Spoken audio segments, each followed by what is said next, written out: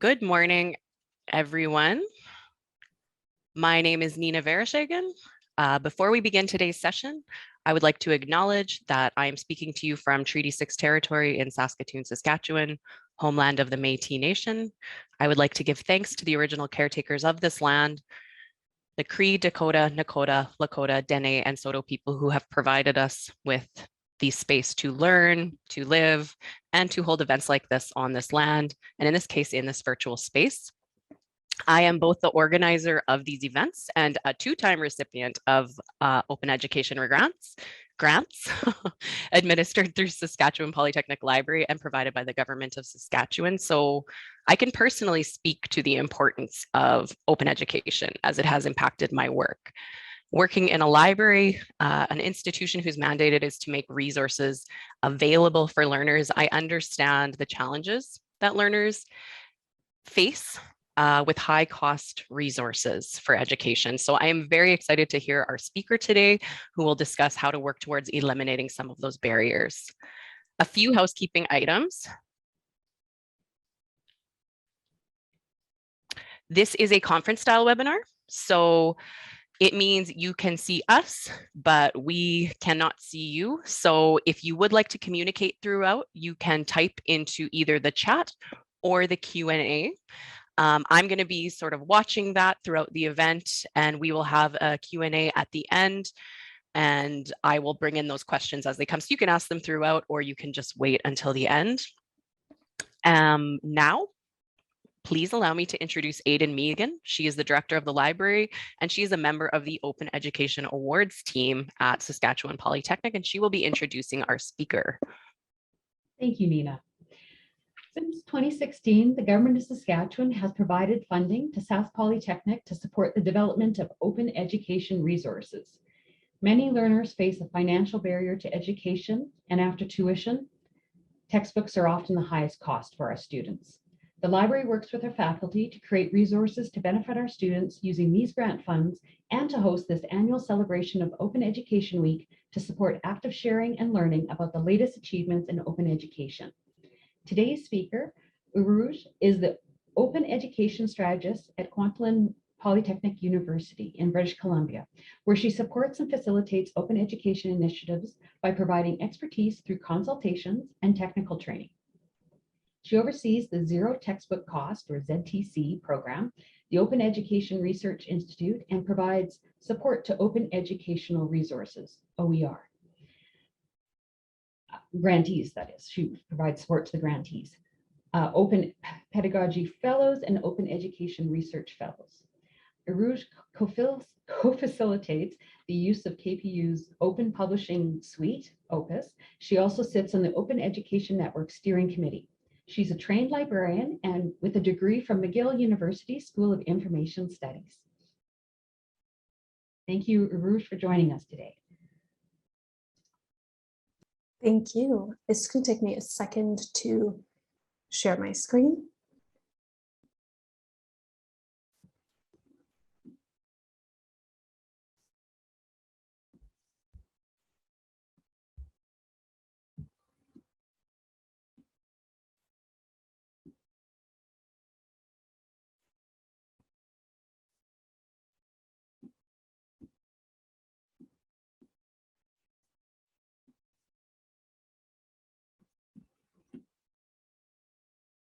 Okay. Is everyone able to see my screen, and can you hear me as well? Yep. Perfect. So hello everyone, and thank you for joining the session this morning. Today I'm going to share how engaging with open educational practices, specifically through the adoption, adaptation, and creation of open educational resources, lowers barriers for many of our most marginalized students. And my goal is to share a variety of options spanning minimal investment options, like a few extra clicks on a Google image search, to higher investment opportunities, like sharing something that you've created with the public knowledge commons. So whichever stage you're at, I hope you leave here today with a few ideas for engaging with open educational practices. But before I get into that, I would also like to start with a land acknowledgement. So I work, live, and live on the traditional, ancestral, and unceded lands of the Coast Salish people. This includes the territories of the Kwantlen First Nation, who bestowed their name on the university where I work. I also want to mention that as land acknowledgements are becoming more common, they are insufficient. So it's really important that we dive a bit deeper, inform ourselves, particularly around calls from Indigenous communities like Land Back. And this means for deep reflection, confronting possible discomforts and uneasiness. And I want to underscore the land, at least where I work and many of us work, are unceded, that First Nations people never ceded or legally signed away their land to the Crown or to Canada. Thank you so much for that introduction, by the way. And I'm just going to give another little introduction, mostly because I want to share some of what I do at my institution, as Aiden already has, but not because I'm going to go into detail about any of those things, but because a lot of where I get my ideas from to take back to my workplace or even in my own personal way of doing open, I learn at events like this from speakers and in conversation with others. And so I want to make sure that I'm also doing the same and passing on what I've learned. So my name is Urooj and I am a trained librarian and the Open Ed strategist at KPU, which is in Surrey, British Columbia. So in my role, I support instructors' engagement with various, with various Open Ed initiatives.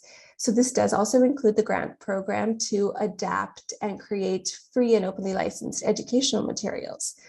And this grant program provides support through both expertise, so through the library, through compensation and professional development funding, but also a section release from teaching to adapt or create open educational resources that displace the cost of commercial textbooks for students. I also support the Open Pedagogy Fellowship, and this centers around redesigning course assessments so that student outputs can go back into their communities. And at KPU, I also support the Open Ed Research Fellowship, where faculty essentially design research projects around open educational practices to essentially investigate their effectiveness. And finally, the Zero Textbook Cost Program, which I will get into a bit today because I know that you have a similar program here at your institution. But just to go over the ZTC program very briefly, I think that it's a really interesting program because these courses, at least at KPU, are labeled as such in the course catalog. And this really helps increase some transparency around the often hidden costs of textbooks. And I'm excited to share some of what opportunities exist at your own institution in case you haven't been able to engage with them. So here's a brief overview of what I'll cover today. I'm going to start my talk with the value that animates my work in open. I'll then discuss some of the shortcomings of traditional commercial educational resources by highlighting some of the ways that the current pandemic has exposed longstanding issues. I focus on financial barriers for students' access to learning materials and ways that traditional materials forestalled adaptability for faculty at the outset of the shift to remote learning. I will also spend a little bit of time distinguishing between traditional commercial educational resources from these openly licensed and free resources that we speak so much about in this world. So that is OER. I'm going to pivot to how the use of OER might actually lower barriers for our most marginalized students. And finally, I want to leave you by providing you with some tips for getting started with OER.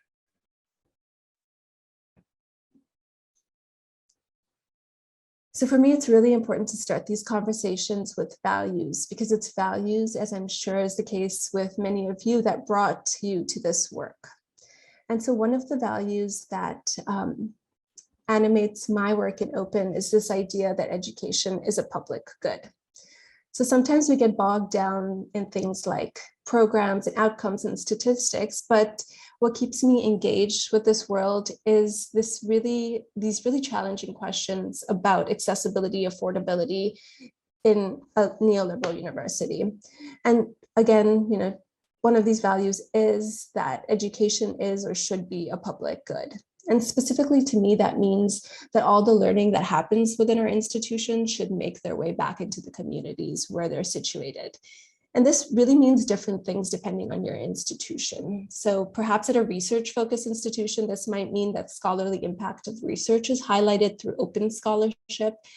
But at an institution where I work, which is much more teaching focused, this might mean a careful attention to open educational practices as a remedy to barriers that our students face in the educational landscape. I think starting off with values really situates our advocacy for open educational resources within a greater struggle for better funded, more affordable, more accessible public education systems that pay attention to the whole person. So including things like everyday realities, that compete for students' time, including caregiving or jobs, to alternative epistemologies in our classrooms. So throughout what follows today, I hope you keep this value of a public good in mind as I discuss the shortcomings and solutions in current practices around educational resources. So let's turn to some specific barriers in the current climate of higher ed as it relates to traditional educational resources in our classrooms and some of the stress points on this front that we've observed during the pandemic. So these barriers are challenges that many of us face in our work, but that our students also encounter in their learning. Open initiatives are centered on identifying and tackling these barriers, investigating and seeking solutions to these challenging sorts of things. And that's what makes this work really rewarding. Okay. So you're an instructor and you want to use a resource in your course, but you're worried about contravening fair dealing guidelines. You're a student and you found the perfect image to share in your practicum interview presentation, but you're not sure if you're allowed to use it. So we've all been in situations like these, and the last 2 years have really revealed, perhaps like never before, some of the shortcomings of the current system. Of course, some of these problems are so deeply structural that open might not be able to contend with them, but many, even big structural ones like publishers' control over our educational resources and publishing and distribution, had profound shortcomings laid out bare during the pandemic. So for faculty, the pandemic meant pivoting online. So on top of learning video conferencing tools, many faculty were having to navigate copyright and fair dealing in an online environment. And the reality is that traditional resources are less adaptable to sudden changes than we may have hoped or expected them to be. So whereas students could once be advised to simply go to the bookstore or go to the library to access their materials, suddenly many faculty were fielding questions from students around accessing digital versions of their course resources. And sometimes faculty ran up against issues. So a few examples include how much of a book can be scanned and circulated. Library policies around collecting, sometimes deep privileged, expensive textbooks that have new versions come out with great frequency. Or problems around the numbers of digital copies that are licensed by a library, which limit the number of students that can be on a library licensed textbook at a particular time. So perhaps some of you experienced these or other issues around fair dealing and copyright during the shift to remote learning. But of course, issues around access didn't originate during the pandemic, but the acute shifts, not only in the early months, but even in moments of flux like the start of the current semester, made inequalities long suffered by marginalized students endemic. So the challenges faced by all of us during the pandemic have always been present for a minority of marginalized students. That they suddenly had a more that the widespread impact should have been, a catalyst for action, but surfacing these issues are a really important tool in leveraging new approaches and moving forward. So just to drive that home, many of us face challenges during the pandemic with access, but like I just said, there are folks in our educational system, our students, who have always faced those challenges.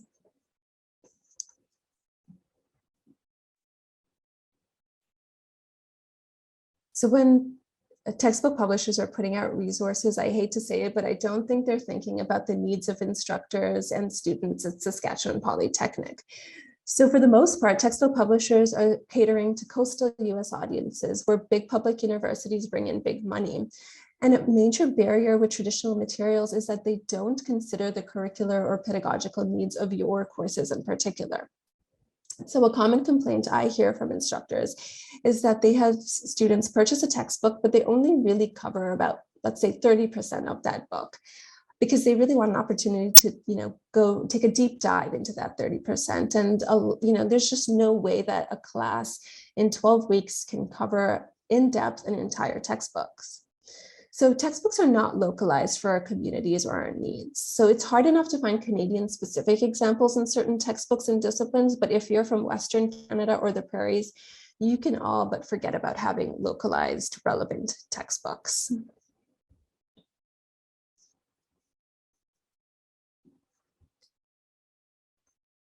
One of the cornerstone values of open has traditionally been cost savings. So we know that traditional commercial textbooks are expensive. According to the Canadian Federation of Students, the cost of textbooks rose by 2.44 times the rate of inflation between 2008 and 2015. From the 1980s to 2014, textbook costs overall have increased by over 800%. And to put that into perspective, that's double the rate of the housing market.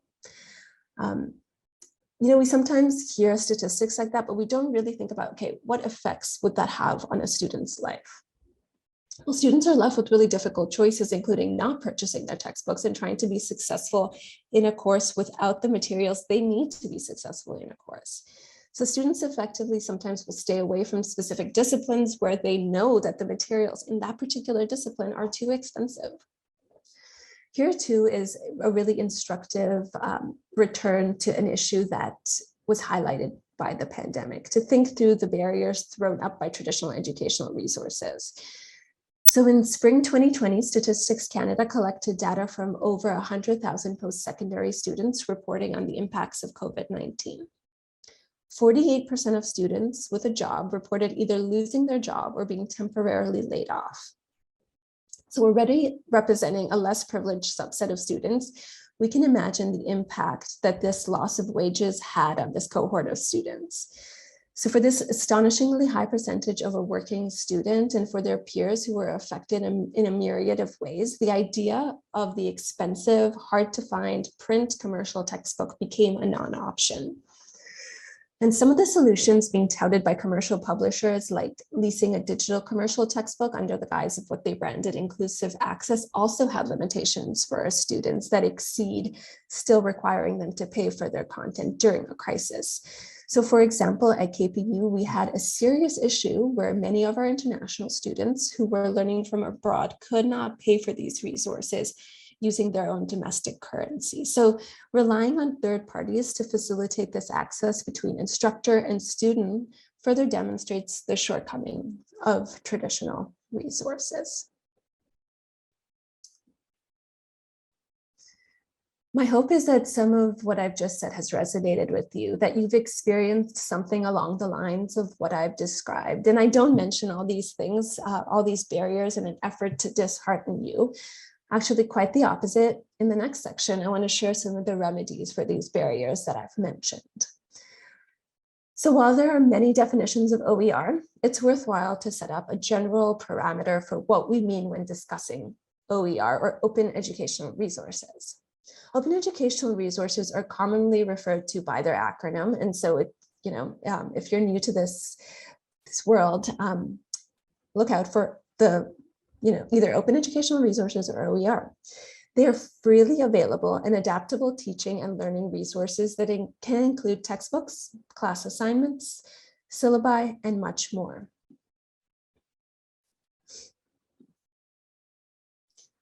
According to Catherine Cronin, it's one of the really great thinkers in the open educational world.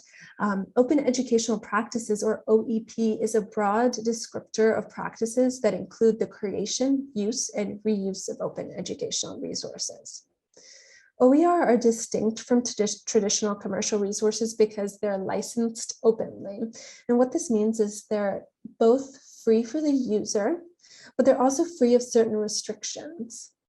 OER are both gratis and libre, so they're free of cost and free of certain restrictions. And sometimes it can get confusing because we're able to find excuse me, free resources online, and we think, okay, we must be able to do whatever we want with those resources, but that isn't necessarily the case. So you want to make sure for an OER to be an OER, it has to be both free of cost to the learner, but also free of certain restrictions. Open licenses work with copyright by enabling the public to know exactly how they can use a particular resource.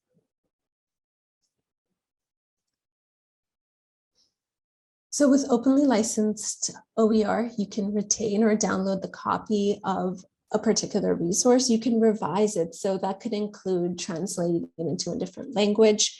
You can remix. So think about that case of that instructor who only uses 30% of their textbook. Well, if they're able to, pull from different OER, they can remix things as they please that suits their course and the needs of their learners. You can reuse things. So you can post it on a website in this presentation, like I have, or to a LMS or a learning management system without, worrying about contravening any sort of fair dealing guidelines. You can also redistribute. So you can share a copy online or give it to a friend. You can print it out. So there are many things that you can do with openly licensed materials that you are very limited to with materials that are not openly licensed.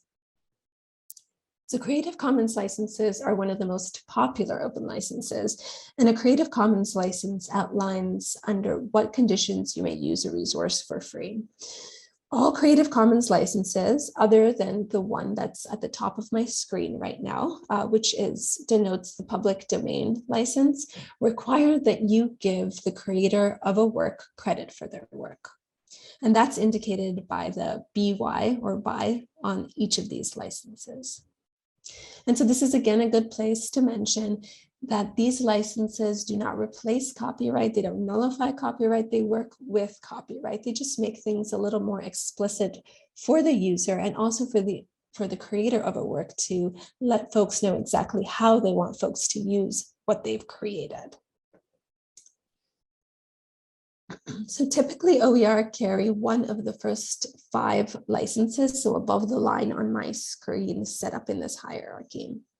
That is, a creator can set permissions around, for example, receiving credit for their work, which we just covered, whether their work can be used by someone in a commercial enterprise. So NC denotes not commercial uses only, so non-commercial uses, and whether an adapter of a work must also apply the same license to a derivative work. So SA there denotes that derivative works must be shared alike with the same license. This really helps sort of build a public knowledge commons of openly licensed works. So in addition, creators of a work can specify if others can adapt their work. The ND clause there means no derivatives. So no derivative works can be created from what you've created. Works with an ND license are typically not considered OER, but there is some flexibility in different institutions' understandings of how these things work. Creative Commons and open licenses take the guesswork out of copyright by clearly stating what permission a user has. So turning back to this illustration, open licenses really allow you to breathe easy by communicating exactly what you can and cannot do with a resource. So let's turn back to this example of an instructor and a student looking for resources either for their class or for, say, a practicum interview. By relying on openly licensed materials, both instructors and students can make confident decisions around the use of creative works based on a set of parameters. So, I can't emphasize this enough, but the sense of safety that open licenses provide is pretty powerful. And I think it really enables a lot of boldness and creativity in our work, whereas sometimes we might be a little bit conservative when working with traditional copyrighted materials. We can make confident decisions when we're working with materials that have been licensed openly.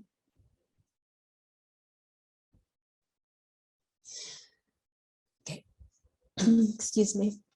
Let's turn our attention toward open educational resources that carry these licenses, in particular as remedies to these all too familiar problems that I've just discussed.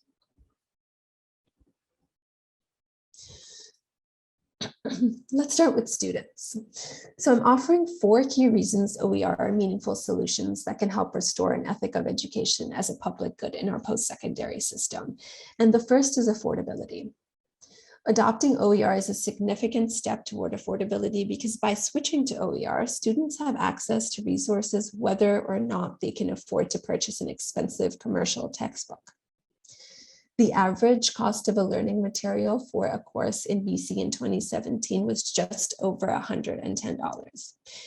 Across a full load of courses, that can be pretty burdensome for our students.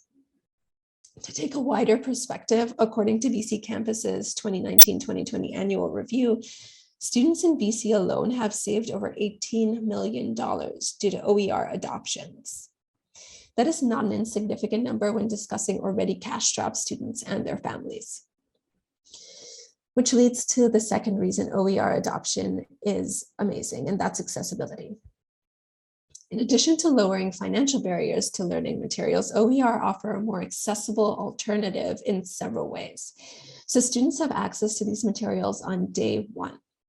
Many OER include accessibility features like alt text for images. And let's not forget, students who prefer working with physical materials, OER remain printable, so you can print, highlight, and do whatever you need to do to engage with that material. In a related sense, the third reason for OER adoption is engagement. So imagine culturally affirming examples that are customizable to your class's demographic context. This similarly lowers barriers for access while also aiming for increased engagement. OER adaptability allows for content that is more relevant, more up-to-date, and more engaging. This could include alternative epistemologies as well. And finally, excuse me, I'm recovering from a cold. Finally, and really central to our mission as an educational institution is student success. So study after study, including at the institution where I work, have shown that students have achieved the same or better outcomes when using OER. So zooming back out, we must keep in mind that so many of our students are opting against purchasing commercial textbooks. This may be for a number of reasons, but students demonstrate that cost remains the overwhelming reason for this choice. And the scale of this issue is quite staggering. A 2017 study of BC post-secondary institutions, including KPU, showed that 54% of students did not purchase a required textbook at least once. So as you can imagine, the things that make OER good for students relate directly to what make OER great for instructors. OER allows for customizability, flexibility, and up-to-date information being used in a course without the expensive price tag of the latest edition of a traditional textbook.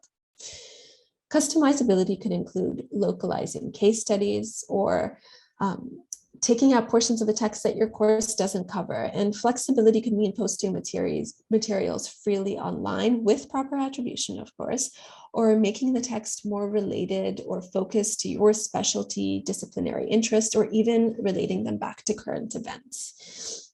And rather than waiting for an updated edition of a textbook, you can go ahead and adapt text as needed if they have the license that allows you to do that. Excuse me. Instructors using OER can take back control over the curriculum decisions that by large part have been made by commercial publishers for a really long time now. Instructors are free to remix and rearrange materials to suit the needs of their students. Especially in the pandemic, I've heard instructors speak to how they've really had to change their approach to teaching because perhaps there's a different level of engagement from students. So if you're able to use OER and make use of it, you're able to focus on one part of a text a little bit more that matches what it is that your students need, and then slowly build upon that. It's just much more adaptable, especially for circumstances and situations that we currently are finding ourselves in. And as if that wasn't enough, OER, of course, include these licenses that make it really easy to inform ourselves of how we can use them, what we can and cannot do with these educational resources. So I've walked you through some of the barriers, many of which you've likely experienced yourselves. I've introduced you to the core tool of OER, which are these open licenses, which you may or may not have been familiar with before. And I've discussed how OER can be useful both for you as an instructor and having greater autonomy over your instructional method, and ultimately in tailoring your instruction to more impactful learning in your classroom and with your students. But the big question is, how can I get started?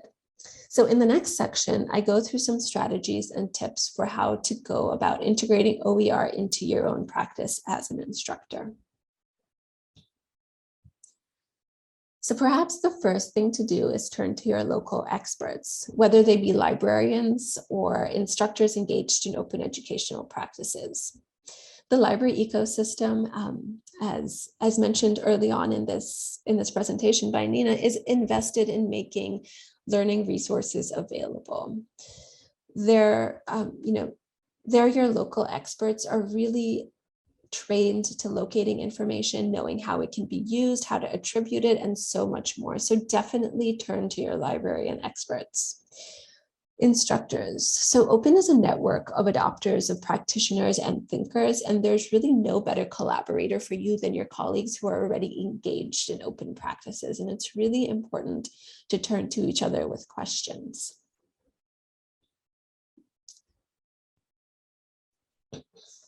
So when I was preparing for this talk, I found this library guide through the library at Saskatchewan Polytechnic, and it really walks you through the definition of OER, but also shares a list of popular repositories for OER materials. Librarians have a particular expertise in locating relevant materials, and this certainly applies to searching through the many open repositories that exist and working with you to develop practices to integrate using OER into your own courses.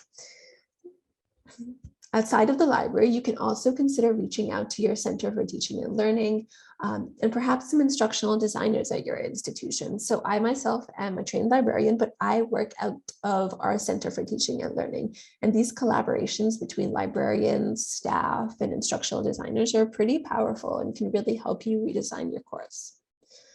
So turning to the library also means making room for these experts in departmental meetings and on disciplinary bodies and wherever else their expertise might forward this idea of education as a public good.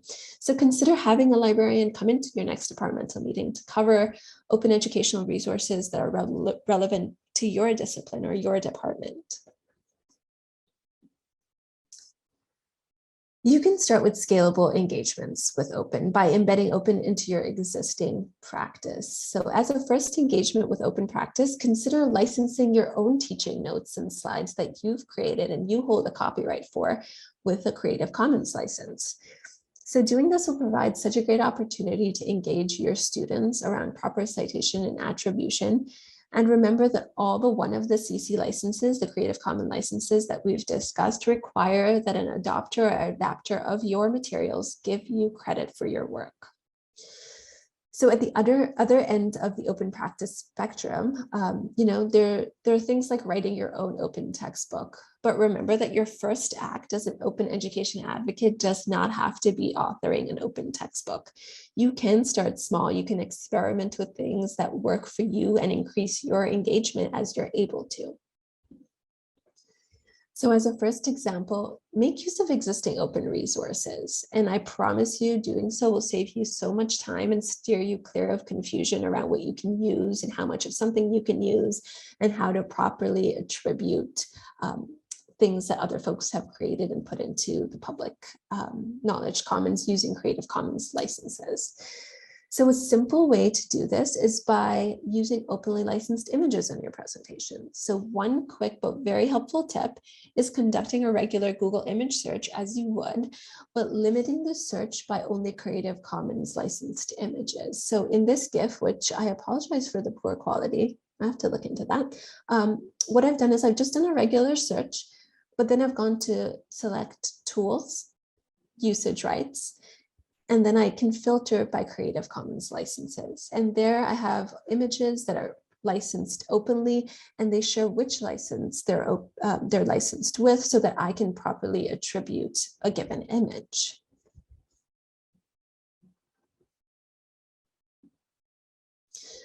And you can do the same thing for YouTube videos, another popular place I know that instructors turn to for engaging learning resources.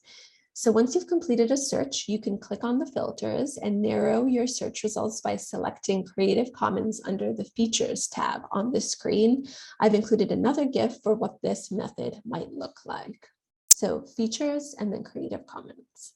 So there are already materials in places that we often turn to that are licensed openly. So, this is a small little change that you can make in your practice to start integrating open resources into your course materials. So that's a quick idea of 2 simple ways you can draw from the amazing world of openly licensed materials to include in your teaching and publishing. But as a second example, you can also contribute to the ever-growing collection of openly licensed materials by openly licensing your own work. So openly licensing your work is much easier than it seems. Creative Commons has created a really cool tool to help you with this. So you can simply Google Creative Commons license chooser, but I'll just mention the URL, and if someone's able, they can put it in the chat. But you simply go to, where do you go? You go to chooser-beta creativecommons.org, and you can work through the various questions to find a license that best suits your needs and also your values. Then what you want to do is copy that license and make sure that it's visible on materials that you want to license openly.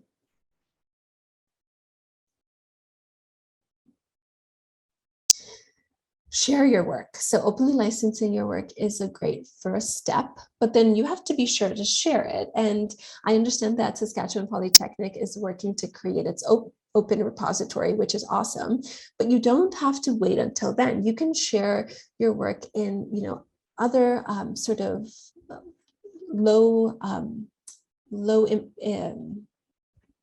intensive sort of ways. So, you can always tweet about your work if you're a tweeter. If you have a blog or your institution or department has a blog, you can blog about resources that you've recently licensed openly to make sure that others are having access to them. And you can also share your work on a disciplinary email list or listserv. And of course, you can also share it in an open repository. And remember those library experts we were speaking about, they'll be able to help you identify an appropriate repository for your openly licensed work. So definitely turn to them if you have materials that you want to license openly and share openly. Next, search, browse, and discover OER that are already out there. I find a really helpful first step is to start with your existing syllabus. So as an instructor, you already know what you want your students' learning outcomes to be. Think about how your current course resources help meet that goal. And then think about whether or not there are openly licensed resources that you could sort of switch out with those commercial resources and fulfill the same sort of learning objectives. And as a reminder, while you might want to start these searches on your own, there are folks available to help narrow things down should you need extra support.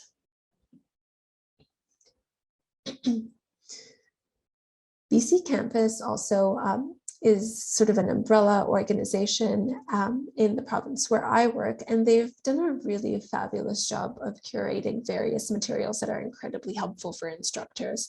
So here we have the OER by discipline directory, which might serve as a first great search. So you can essentially use this resource by selecting your discipline and then drilling down until you have a list of OER that are available.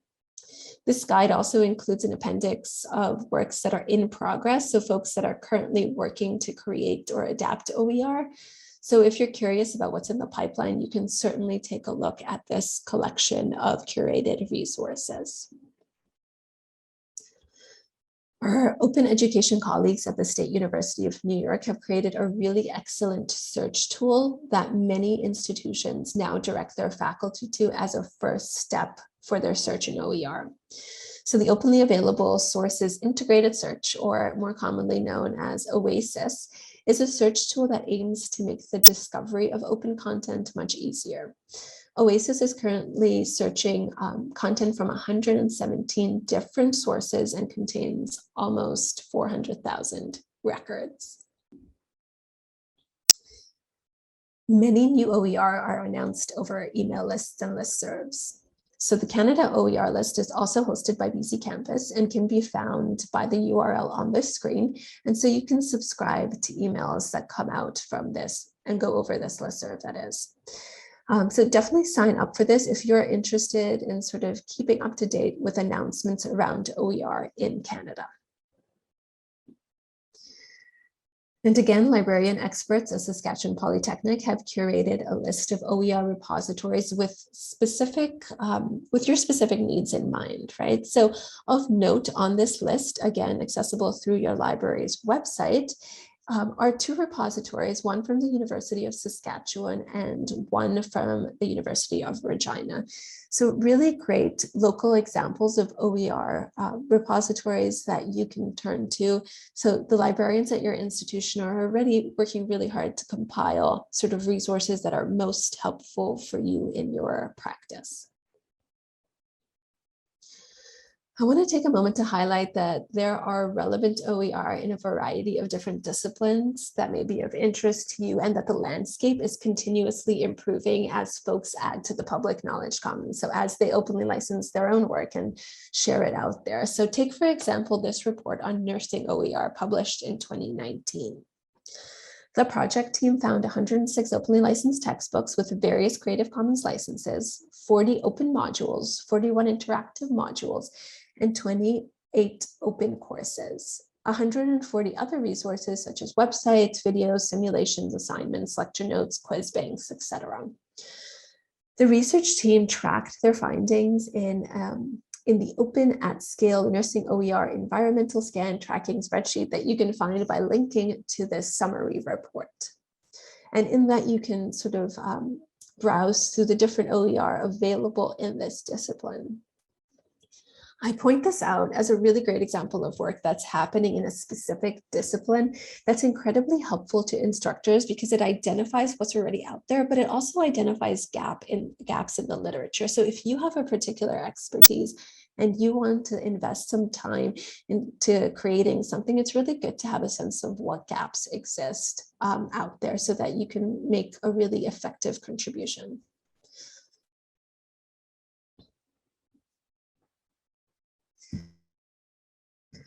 I also want to take a moment to clarify that OER are not only open textbooks. So take, for example, this openly licensed, freely available simulation game developed by a collaborative team of Canadian institutions. So this game or simulation was developed to use with nurses in training, and you essentially go through what it would be like to make a home visit, and there are different scenarios that are presented to you, and you have to sort of navigate these issues. And this simulation is really quite extensive and can take over an hour to complete and has been recognized and awarded by a lot of different bodies. So this is just to say that sometimes you may think, oh, like my discipline is not, we don't learn out of a textbook. There are other things that we need in order to prepare our students. And I just want to say that there are OER out there that are not just text-based, that are simulations, that are video or other sorts of medium. So definitely, don't let that be a barrier for you when you're searching or creating OER. So like I mentioned earlier, the landscape for OER is only improving, with trades OER actually being top of mind for institutions that are funding the creation of open educational resources. So take, for example, this entire suite of OER dedicated to the trade of hairdressing. So as a first dive into open education, consider improving existing resources rather than perhaps creating one from scratch. One of the barriers to adoption of OER is the lack of ancillary materials in an open textbook, like test banks, video demonstrations, or local examples. So perhaps consider adding to an existing resource or even localizing it. Take, for example, this Introduction to Sociology textbook that was adapted by colleagues in BC from an original US source. So the original US source was licensed so that folks in Canada could adapt it and make it, customize it to the needs of their students, to examples that would resonate with our students.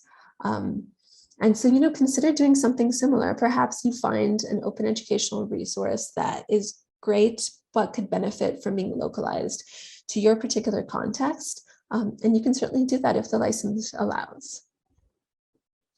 Another fabulous example of creating supporting materials is evidenced by this companion kit to the Culinary Arts Trades training. So it was developed to complement technical culinary arts trades training, and the various activities in this set are designed to reinforce the academic training that one receives in this discipline.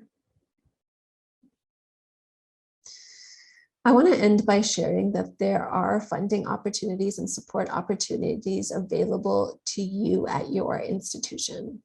So you can receive support for transitioning away from commercial textbooks towards OER through the ZTC, or Zero Textbook Cost Initiative.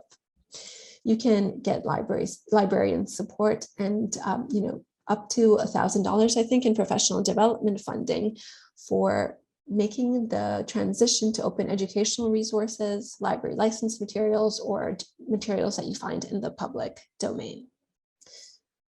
And of course, if there aren't existing suitable OER, there's also funding available to adapt or create open educational resources at your institution.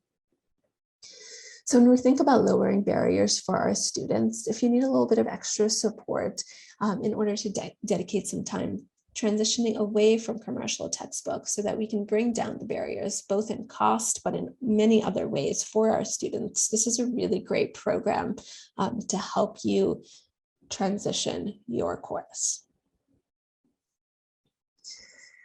I want to thank you all for spending your morning with me. I hope these few tips have been helpful to you, and that the framing of open education practice as a public good is a really helpful and engaging way to get started in this world. I can always be reached by email for questions. I know that we might have some in the chat, and I also want to thank all the folks and Nina at Saskatchewan Polytechnic for inviting me to speak at your institution during Open Ed Week. Thank you so much. Thank you, Urooj. That was wonderful. So we are going to open up for Q&A now.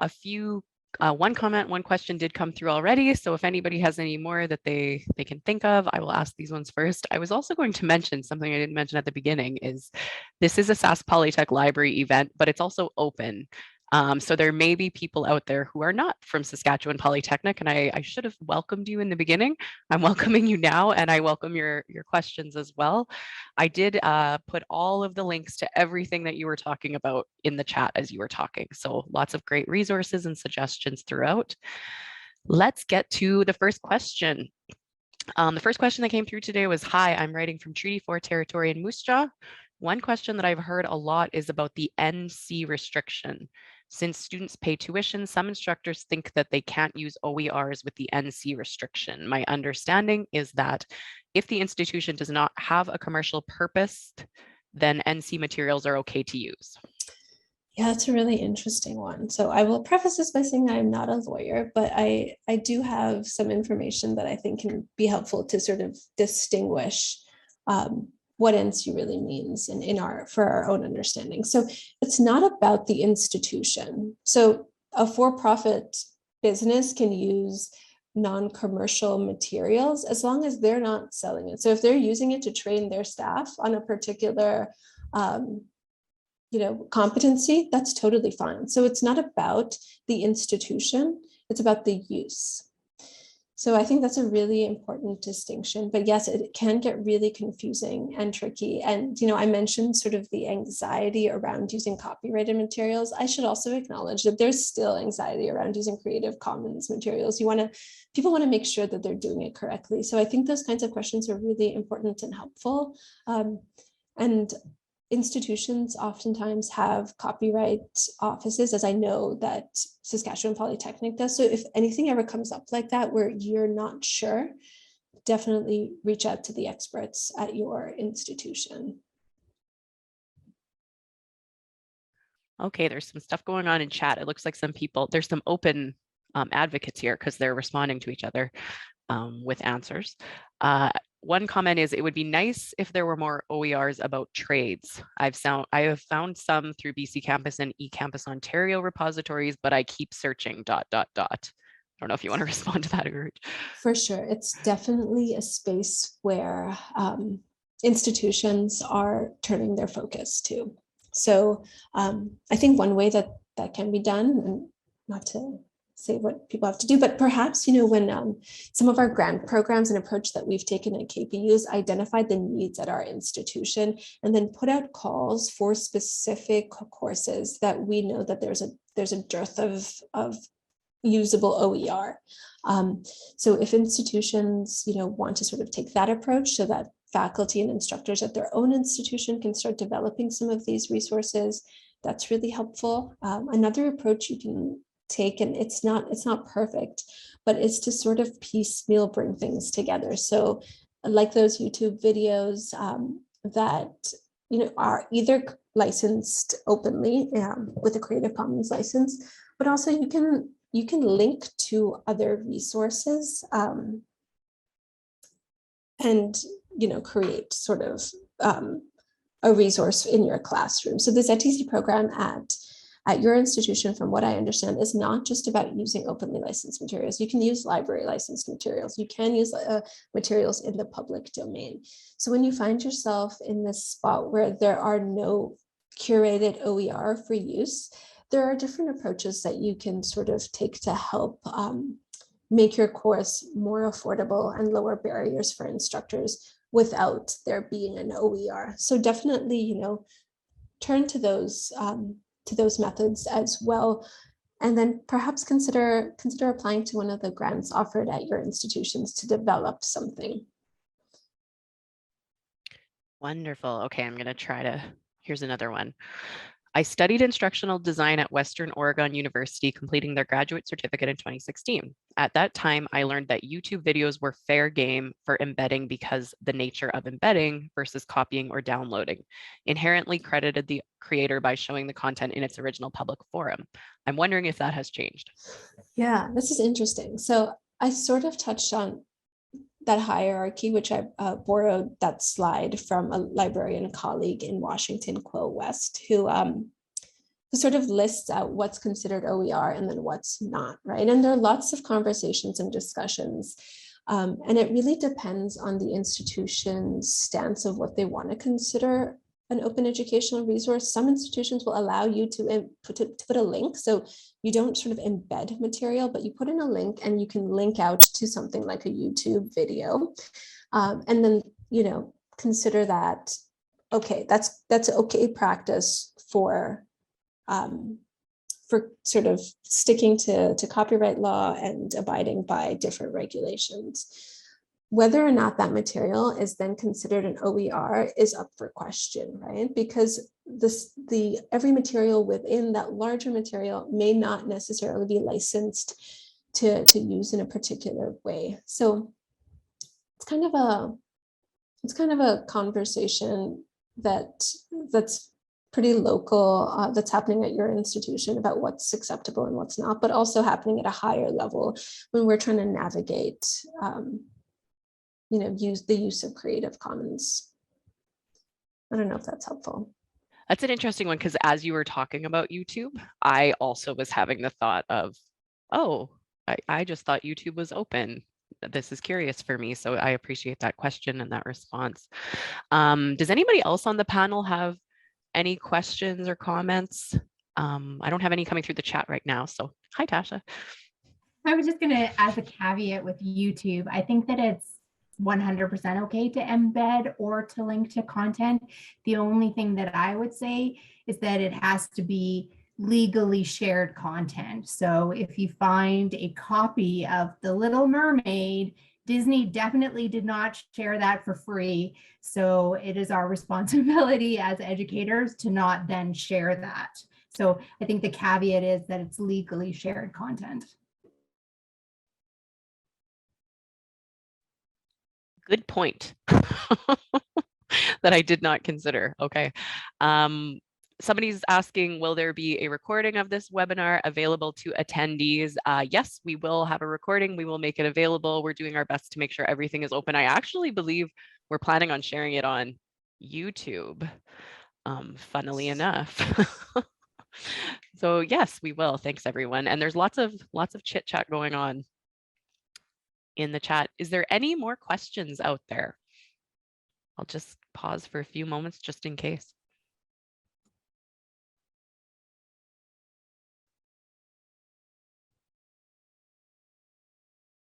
All right, I'm hearing none, and we are getting really close to the end of our hour. So I would just really love to thank you, Urooj. I found your presentation to be very informative. I absolutely loved that you gave practical tips and suggestions. One thing that you said that stood out for me is that the use of OERs provide a sense of safety. And I love what you said about allowing people for boldness and creativity. As someone who has been working with OERs myself, I agree with that. And I actually find that in addition to that, it also enables me to collaborate with like-minded people, which I love. So thank you for pointing that out. We're getting lots of thank yous through the chat. And with that, I will say we are done, and we'll put an end to this event. Everybody who's here, I'll make sure to get your contact information and send a link out to you to see what you thought of today's event. And then we will also make sure that when we get this event out in the open environment that you have a connection to it. Thanks everyone for coming.